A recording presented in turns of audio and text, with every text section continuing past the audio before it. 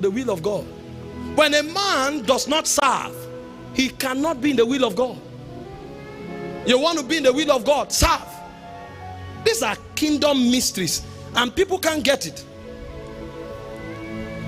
Paul was talking about service, and not just careless service, but service from the heart as the will of God. Ephesians 6 verse 6, it said, not by way of eye service as people pleaser, but as servants of Christ.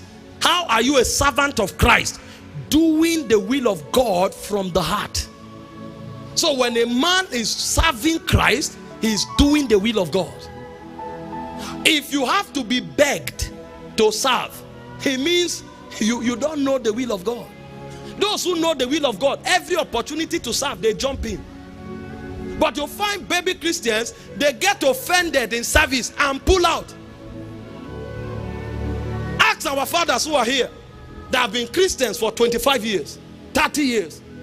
Those days, if you err, they remove you from service. That's punishment. And people beg to serve.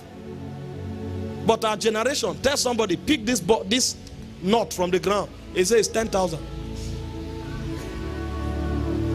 And even people who are called to serve on the altar, like preachers and music ministers, you invite them. We have a meeting. Please come and help us worship God. My bill is 2 million. You are a thief. And we bring all kinds of crazy justification. I have backup people. I pay staff. If the honor God has given to you has not blessed you enough to pay staff, leave staff. That means you don't have capacity for staff yet. When the ministry grows and is able to, from the place of dignity, cater for staff, it will show.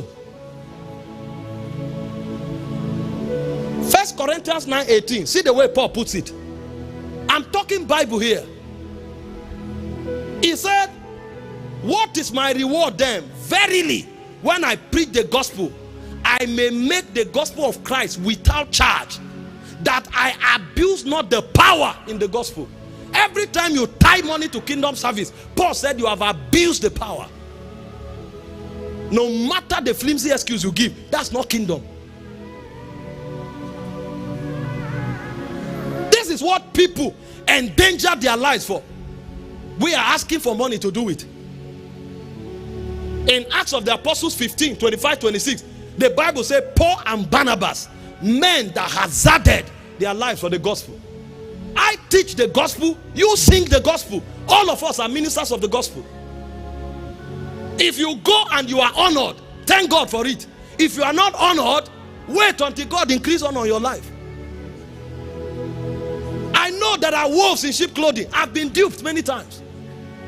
I've been invited to preach, traveled for days. When you are done preaching, they say, man of God will get back to you. God bless you, I leave. After 1 month, they are still getting back to you. Do the next business and continue. Can they pay you for preaching? If they can pay you for singing, you are a hireling. And when you talk, a corrupt and evil generation, people try to bring justification. Which era? Go and read about those who sang the hymns that we are singing. That's why our song can't last for 10 years. Because they are sponsored by money. The inspiration came from Mammon.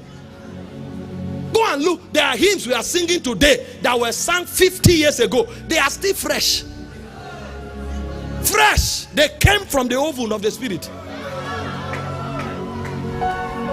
Today it's all about money, money, money. Doing all kinds of packaging, building false momentum around ourselves so that people can give money. It's a shame. When you talk, they say you are collecting tithe and offering.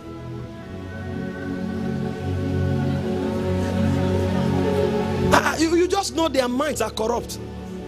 Go and ask those who are pastors. You know, people think the administration of the offering is for the man of God.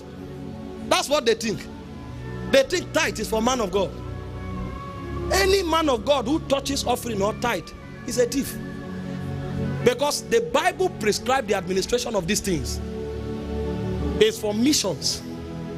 It's for the care of the poor, the orphans, and the widows. It's not for the man of God. And then when there are Levites who don't have any work, it can be used for their welfare. I'm a traveling minister and I'm an apostle over this house. My traveling ministry is separate from what I do here.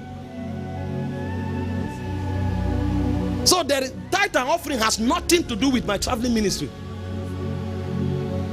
I've been preaching from